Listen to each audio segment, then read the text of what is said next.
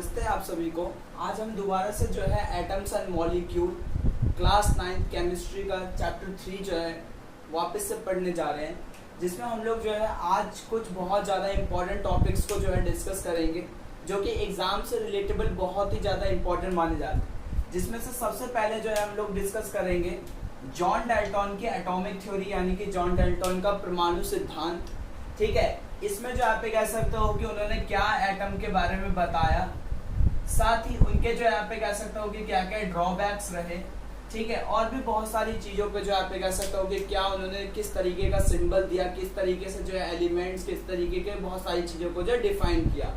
साथ ही हम लोग ये पढ़ेंगे कि व्हाट इज एन एटम, और इस टॉपिक के अंदर ही सब कुछ कवर हो जाता है। एक एटम के बारे में जब आप जानते हो तो उसकी जो आप कह सकते हो कि मास, उसकी वैलेंसी, उसके बहुत सारी चीज़ों के बारे में जो है हम लोग जानेंगे। उसके बाद जो है सिंबल पे बात करेंगे कि किस तरीके के से जो आप कह सकते हो कि एटम्स को या एलिमेंट्स को जो किस तरीके के सिंबल से जो रिप्रेजेंट किया जाता है। उसके बाद हम लोग बात करेंगे वैलेंसी चार्ट की। ठीक है, उसके बाद जो आप कह सकते हो कि इंट्रोडक्शन लेंगे मॉलिक्यूल का।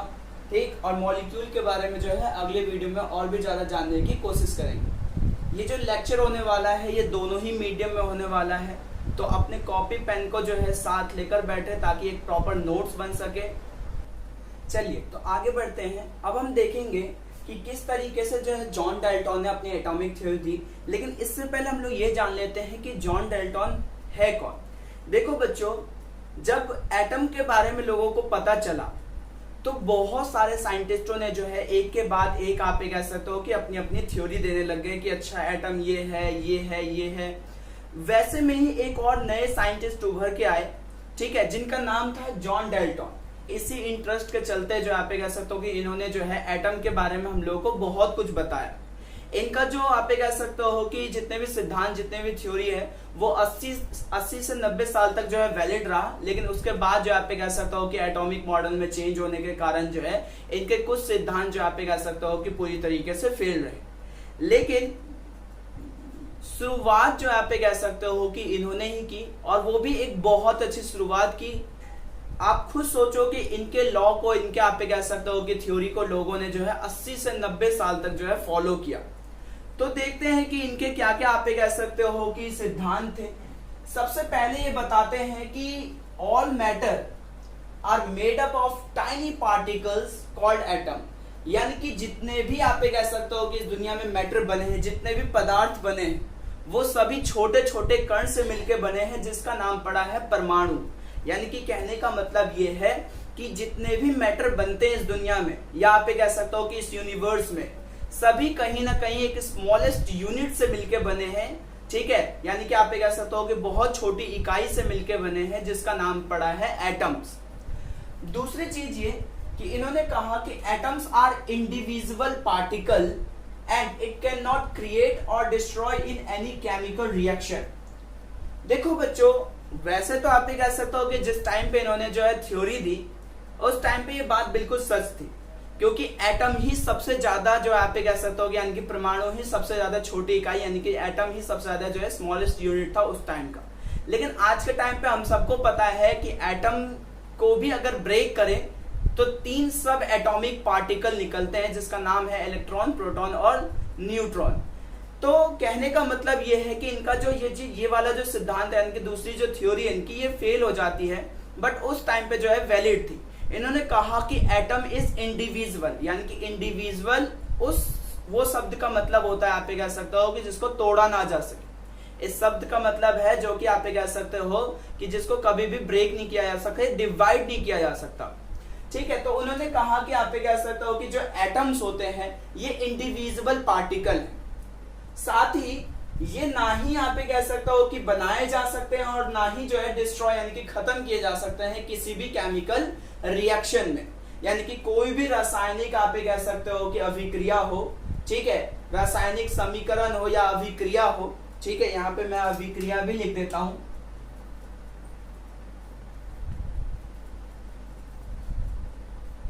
अभिक्रिया हो, ठीक है, ना ही इसका सृजन हो सकता है और ना ही इसका विनाश यानी कि अंत हो सकता है। तो ये जो आप कह सकते हो कि इन्होंने जो है दूसरी थ्योरी दी अपनी। तीसरी थ्योरी ये कहती है कि atom of same element have same mass and chemical properties, यानी कि अगर एक ही तत्व के अंदर एक ही जैसे आप ये कह सकते हो कि एटम्स हैं, तो उन सबकी जो है एटॉमिक मास यानी कि परमाणु द्रव्यमान और आप ये कह सकते हो कि केमिकल प्रॉपर्टीज दोनों ही सेम होगी। एक ही एलिमेंट के अंदर अगर एक ही तरह के आप ये कह सकते हो कि एटम हो, एक ही एलिमेंट के अंदर एक ही तरह के एटम हो, यानी कि एक ही तत्व के अंदर एक ही तरह के अगर परमाणु हो, तो उसका जो आप ये कह सकते हो कि मास, ठीक है, और उसकी रासायनिक यानी कि केमिकल प्रॉपर्टी जो होगी वो भी सेम होगी। एक तत्व के परमाणु के एक जैसे ही द्रव्यमान एवं रासायनिक गुण होते हैं। उसके बाद atom of different element have different mass and chemical properties. अब चौथी लाइन में बताने की कोशिश कर रहे हैं कि अगर डिफरेंट एलिमेंट है, ठीक है, अगर एलिमेंट है और उसके अंदर जो है डिफरेंट एटम्स है, तो उन डिफरेंट एटम्स के भी जो है डिफरेंट मास और डिफरेंट आप ये कह सकते हो कि केमिकल प्रॉपर्टीज होगी। अगर एक ही तत्व के अंदर अलग अलग परमाणु है, तो उन परमाणु का द्रव्यमान एवं रासायनिक गुण जो होगा वो दोनों ही अलग अलग होगा। उसके बाद पांचवी थ्योरी में बताते हैं कि atom combine in a ratio of small whole number to form compound. ये बात बच्चों बिल्कुल ही एकदम सच है, क्योंकि किसी भी एटम को या किसी भी एलिमेंट को अगर आप ये कह सकते हो कि कंपाउंड बनाना होता है, तो वो एक स्मॉल होल नंबर के रेशियो में ही अटैच होते हैं। कहने का मतलब ये है कि जैसे अगर हम लोग एग्जांपल ले लें वाटर का, पानी का अगर हम एग्जांपल ले लें, तो वाटर की अगर मैं बात करूं तो वाटर हमेशा 1:8 में ही आप ये कह सकते हो कि जुड़ता है। और आप चाहे यूनिवर्स में कहीं पे भी चले जाओ, वाटर का रेशियो आपको 1:8 ही देखने के मिलेगा। कहने का मतलब यह है कि पानी बनाने के लिए 2 हाइड्रोजन के एटम और 1 ऑक्सीजन का एटम जो है जरूरी है कि चाहिए ही चाहिए। तो इसीलिए जो आप ये कह सकते हो कि इनकी जो है पांचवी बात जो है सच मानी जाती है। उसके बाद छठी ये कह रहा है, छठी जो थ्योरी है इनकी वो ये बताती है कि the relative number and kind of atoms are constant in a given compound. किसी भी यौगिक में परमाणुओं की सापेक्ष संख्या, सापेक्ष का मतलब होता है बच्चों रिलेटिव, यानी कि किसी से जोड़ के, किसी से कंपेयर करके दिखाया जाता है। सापेक्ष संख्या एक प्रकार से निश्चित होती है। कहने का मतलब ये है कि जितने भी एटम्स होंगे किसी भी आप ये कह सकते हो कि कंपाउंड में, किसी भी कंपाउंड में जितने भी एटम्स होंगे, अगर उन सबकी जो आप ये कह सकते हो कि कंपेयर किया जाए, ठीक है, एक दूसरे से ही कंपेयर किया जाए, तो सारी की सारी जो आप ये कह सकते हो कि नंबर्स निकलेंगे वो कांस्टेंट होंगे। ठीक है, हुआ है इनका जो लॉ था, इनका जो आप ये कह सकते हो कि थ्योरी था, ये जो है 80 से 90 साल तक वैलिड रहा। ठीक है, और साथ ही आप ये कह सकते हो कि बहुत सारे जो है, ठीक है, लोगों को भी आप ये कह सकते हो कि इन्होंने ही जो है प्रेरित किया एटम के बारे में और ज्यादा खोजने के लिए। तो आप इसे जो है नोट कर लीजिए, क्योंकि एकदम सिंपल लैंग्वेज और एकदम समझने के लैंग्वेज में लिखाया गया है ये। ठीक है, ताकि जो एग्जाम के टाइम पे जो है दिक्कत ना हो, क्योंकि जॉन डाल्टन के एटॉमिक थ्योरी से क्वेश्चन आते हैं। आगे बढ़ते हैं और इसके जो है ड्रॉबैक्स को लिखते हैं। चलिए, तो अब हम लोग बात करते हैं कि क्या क्या ड्रॉबैक्स रहे जॉन डाल्टन एटॉमिक थ्योरी के, यानी कि आप ये कह सकते हो कि क्या क्या जो है इनकी कमी रही इनके मॉडल में या इनके आप ये कह सकते हो कि थ्योरी में। देखो बच्चों, जरूरी नहीं है कि 100% ही सब लोग सही हो। अपने अपने टाइम पे जो है एटम के बारे में बहुत ज्यादा छोटी से छोटी और बहुत ज्यादा बड़ी से बड़ी खोज हुई। आज अगर हम जो आप ये कह सकते हो कि एटम को बहुत अच्छी तरीके से स्टडी कर पा रहे हैं, तो वो किसी एक साइंटिस्ट के बलबूते पे नहीं, बहुत सारे फिलोसफर आए, बहुत सारे आप ये कह सकते हो कि साइंटिस्ट आए, जिनके बलबूते पे जो है आज हम लोग आप ये कह सकते हो कि इस चैप्टर को बहुत अच्छे से रीड आउट कर पा रहे हैं, या इन फ्यूचर जो आप ये कह सकते हो कि 11th-12th में करेंगे। लेकिन हर एक फिलोसफर जो आप ये कह सकते हो कि अपनी कुछ ना कुछ उन्होंने थ्योरी दी, साथ ही उनकी थ्योरी गलत भी हुई, क्योंकि कहीं ना कहीं कमियां निकल ही जाती है। मोस्ट इंपॉर्टेंट 3 जो आप ये कह सकते हो कि ड्रॉबैक्स जो है मैं लेके आया हूं आप लोगों के लिए। वैसे तो ये आप ये कह सकते हो इस चैप्टर में नहीं है, बट यस फिर भी क्या पता अगर एग्जाम में पूछ लेता है तो हमें जो है आप ये कह सकते हो कि पता होना चाहिए इसके बारे में। तो भाई, जो पहली जो कमी थी जॉन डाल्टन एटॉमिक थ्योरी के अंदर, वो ये थी कि एटम जो जो जॉन डाल्टन ने कहा कि atom is a individual particle, यानी कि अविभाजित कण है, वो ज्यादा दिन के लिए कंसीडर नहीं रहा, क्योंकि लोगों ने जो आप पे कह सकते हो कि जैसे ही एटम को जो है खोजा, वैसे ही लोगों ने और भी आप पे कह सकते हो कि जानने की कोशिश की कि अच्छा इसके अंदर भी क्या हो सकता है। तो ऐसे ही अल्फा रे पार्टिकल्स के थ्रू जो एक्सपेरिमेंट हुए, स्कैटरिंग इफेक्ट के थ्रू जो आप कह सकते हो एक्सपेरिमेंट किए गए, बहुत सारे एक्सपेरिमेंट हुए, तब जाके ये पता चल गया कि अच्छा है एटम से भी छोटे छोटे कण होते हैं। अगर मैं एक एटम को ब्रेक ही कर दूं तो उसके अंदर से जो आप कह सकते हो कि इलेक्ट्रॉन, ठीक है, प्रोटॉन और न्यूट्रॉन निकलता है। ठीक है, कहने का मतलब यह है कि अब एटम भी टूट सकता था। उसके बाद जो आप कह सकते हो कि जॉन डाल्टन ने जो आप कह सकते हो कि आइसोटोप्स को नहीं समझा पाए। आइसोटोप्स को हिंदी में कहते हैं समस्थानिक। ठीक है, ये हम लोग जो आप कह सकते हो कि चैप्टर 4 में बहुत अच्छी तरीके से रीड आउट करेंगे। इसके बेसिस पे जो क्वेश्चन भी बनते हैं कि what are isotopes and what are isobars. ठीक है, समस्थानिक और संभारिक। तो इस तरीके से जो आप कह सकते हो कि इसको आप बोल सकते हो। एक ही तरह के अगर आप कह सकते हो कि एटम से कोई भी कंपाउंड बनता है या कोई भी आप कह सकते हो कि प्रोडक्ट तैयार होता है, तो उसके जो है प्रॉपर्टीज अलग अलग भी हो सकती है। कहने का मतलब ये है कि जॉन डाल्टन इस बात को नहीं एक्सप्लेन कर पाए कि किस तरीके से ये जो आप कह सकते हो कि जो एटम्स है ये बिहेवियर लेके आते हैं। वो ये नहीं बता पाए कि अगर सेम ही तरह के, यानी कि एक ही तरह के, एक ही प्रकार के अगर आप कह सकते हो कि एटम से कोई भी कंपाउंड बनता है, तो वो ये बता ही नहीं पाए कि उसकी प्रॉपर्टीज यानी कि उसके गुण जो है वो अलग अलग किस तरीके से हुए। ठीक है, तो आप इसको नोट कर लो, फिर हम लोग आगे बात करते हैं। नोट कर लीजिए। चलिए आगे बात करते हैं, और अब हम लोग बात करेंगे कि एक एटम होता क्या है।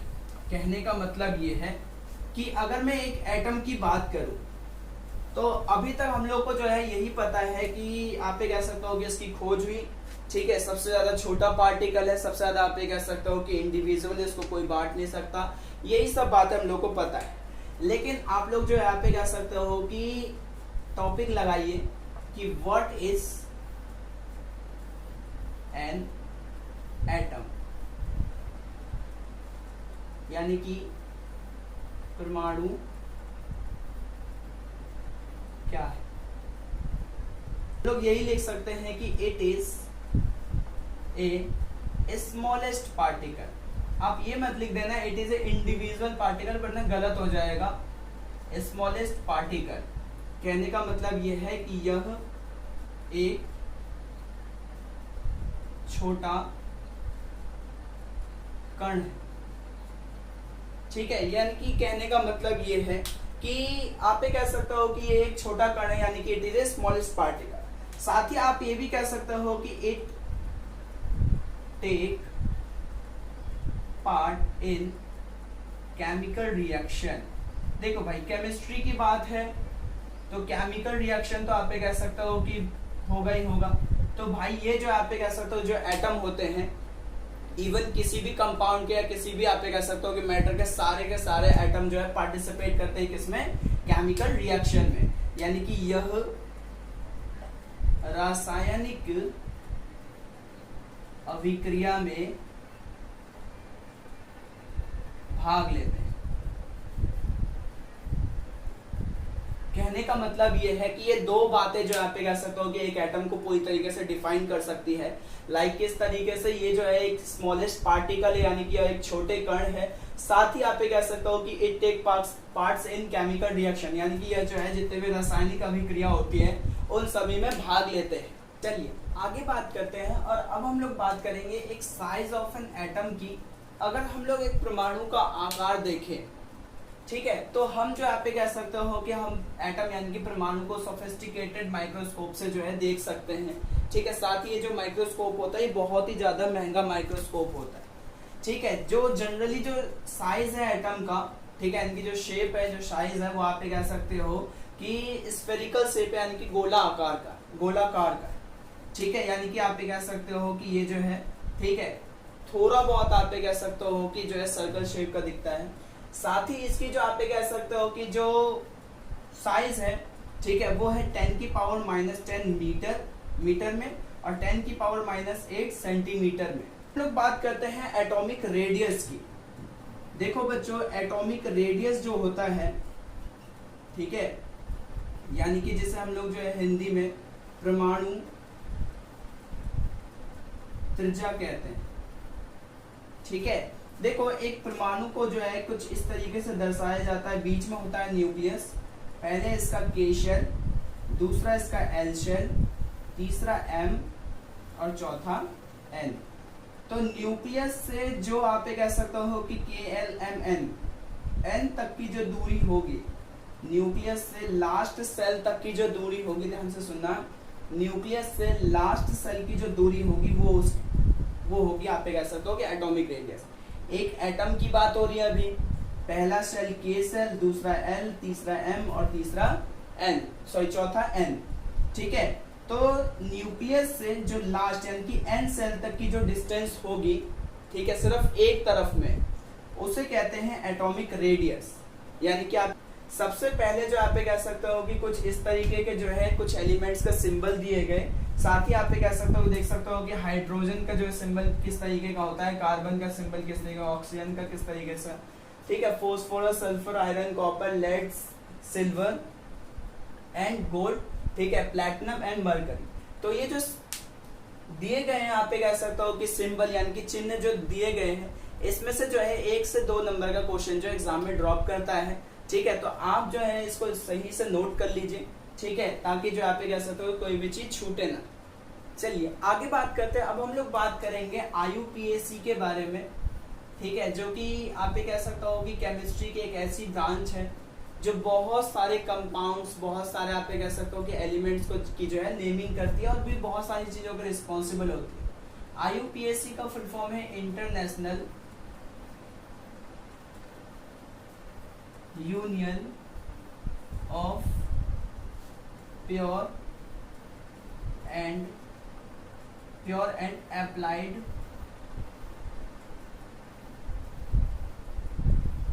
केमिस्ट्री। देखो बच्चों, इसके अकॉर्डिंग किसी भी एलिमेंट का अगर आप सिंबल लिखते हो, ठीक है, क्योंकि जॉन डाल्टन ने जो सिंबल्स दिए थे वो बिल्कुल ही आप कह सकते हो कि फेल हो गए थे, क्योंकि सभी को जो है वो सिंबल्स दे पाना जो है इम्पॉसिबल सा लग रहा था। ठीक है, और साथ ही आप कह सकते हो कि रिमेंबर यानी कि याद रखने में भी प्रॉब्लम हो रहा था। तो इसीलिए जो है इन सबका जो आप कह सकते हो कि एक सॉल्यूशन निकाला गया और IUPAC जो है आप कह सकते हो कि इसका जो है सॉल्यूशन निकाल के लाया। ठीक है, साथ ही आप कह सकते हो कि अगर आपको जो है किसी का भी सिंबल लिखना है तो 2 ही रूल होते हैं। पहला कि आप जो भी लिखोगे वो पहला लेटर होना चाहिए कैपिटल में, यानी कि पहला लेटर जो होना चाहिए वो होना चाहिए कैपिटल में, और जो दूसरा लेटर होना चाहिए वो होना चाहिए स्मॉल में। उठा लेता हूं सिलिकॉन का, तो पहला लेटर जो है मैं आप कह सकता हूँ कि कैपिटल लिखूंगा और दूसरा लेटर जो है स्मॉल लिखूंगा। तो ये जो सिंबल बनता है ये सिलिकॉन का बनता है। लाइक मुझे जो है आप कह सकता हूँ कि दिया गया है कॉपर का, तो कॉपर का सिंबल होता है पहला कैपिटल और दूसरा स्मॉल CU। अगर मुझे आप कह सकते हो कि सिल्वर का दिया गया है, ठीक है, तो सिल्वर का होता है कैपिटल A स्मॉल G यानी कि H। ठीक है, अगर ऐसे ही मुझे दिया गया है गोल्ड का तो कैपिटल A स्मॉल U यानी कि AU। ठीक है, वैसे ही अगर मुझे दिया गया है प्लैटिनम का तो कैपिटल P, ठीक है, और T। तो इस तरीके से जो आप कह सकते हो कि जो है सिंबल लिखे जाते हैं। आपके NCERT बुक में टेबल 3 आप कह सकते हो कि 1 है, जिसमें जो है सारे सिंबल जो है सही, तो आप जो उसे नोट भी कर सकते हैं, लिख भी सकते हैं। ठीक है, तो आज के वीडियो में इतना ही, मिलते हैं अगली वीडियो में। तब तक के लिए ऑल द वेरी बेस्ट। आप सभी को नोट्स बनाते रहिए, पढ़ते रहिए। अगली वीडियो में और भी बहुत सारे टॉपिक्स पे डिस्कस करेंगे। होप आप लोग जो है इस वीडियो को जो है सही तरीके से देखते होंगे, एंजॉय करते होंगे। All the very very best आप सभी को।